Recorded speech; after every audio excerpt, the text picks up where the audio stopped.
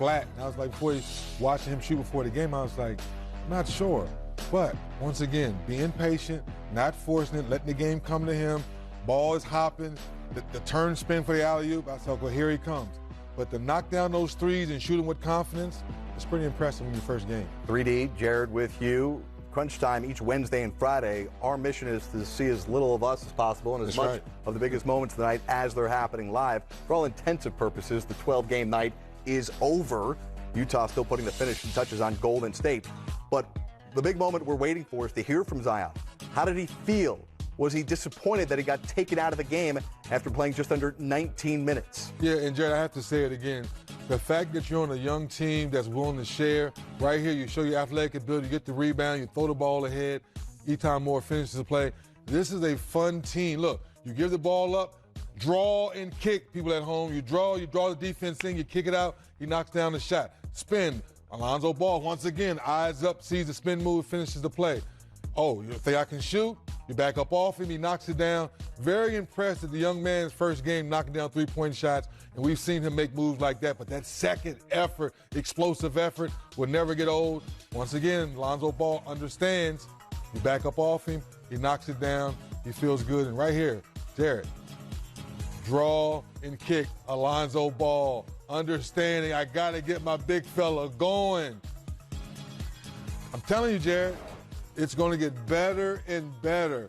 Holiday, Ball, those guys are willing to share to get him going. So it's each day, each practice, legs get stronger and stronger, more and more confidence.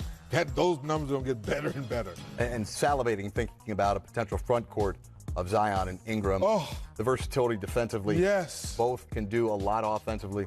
And having Derek Favors back. Right. So now having those two guys being aggressive on the wings, playing their man tough, knowing they have Faves behind them for any mistakes, this team could get scary here soon. All right, so Zion played just about 19 minutes. He's a competitor. Yeah. And he wants to play. He was on fire. He had scored 17 consecutive points. He was rallying the Pelicans back.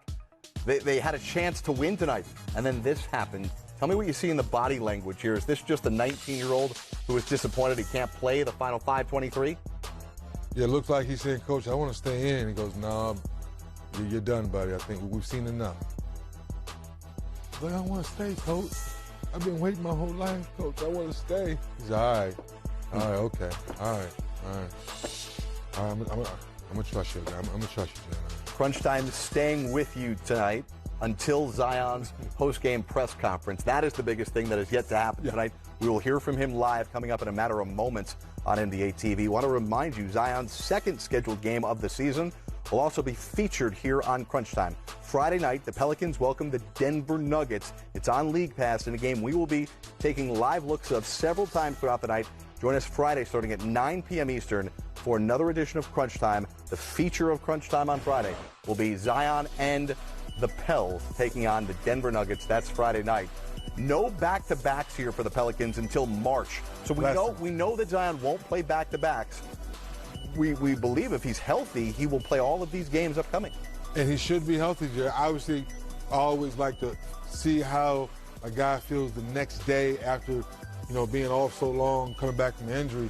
That will let us know how soon we can say he's 18 minutes, 22 minutes, 24 minutes.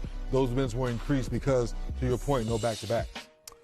Should also mention, as we await Zion's post-game press conference, we'll go live to Smoothie King Center here in a couple of moments. A third straight win for the San Antonio Spurs tonight. And just briefly mention that the Spurs get 32 points tonight from LaMarcus Aldridge. And with Memphis losing, the Spurs go back into the 8th spot. So if you're looking for that streak to end, not so fast, my friend. Here we go. Could be 23 consecutive years in the postseason. Got a long way to go, and a lot of teams bunched up right there. But as of today, the Spurs are back in the 8th spot. We knew the Spurs would figure out eventually. I think DeMar DeRozan would admit early in the season he didn't get the extension. He might have been in a little funk.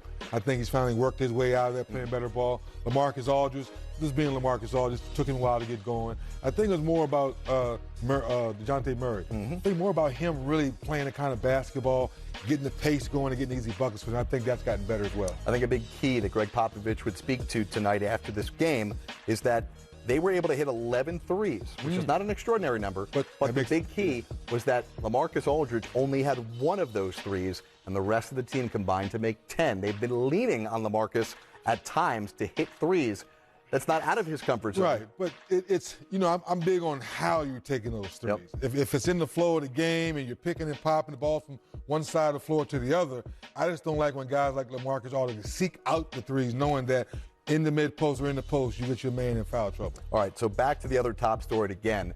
We hope to be moments away from taking you back live to Smoothie King Center for Zion Williamson's post-game press conference. We're sticking with you on an extended version of Crunch Time until we hear from Zion tonight, because that is the biggest thing that has yet to happen tonight.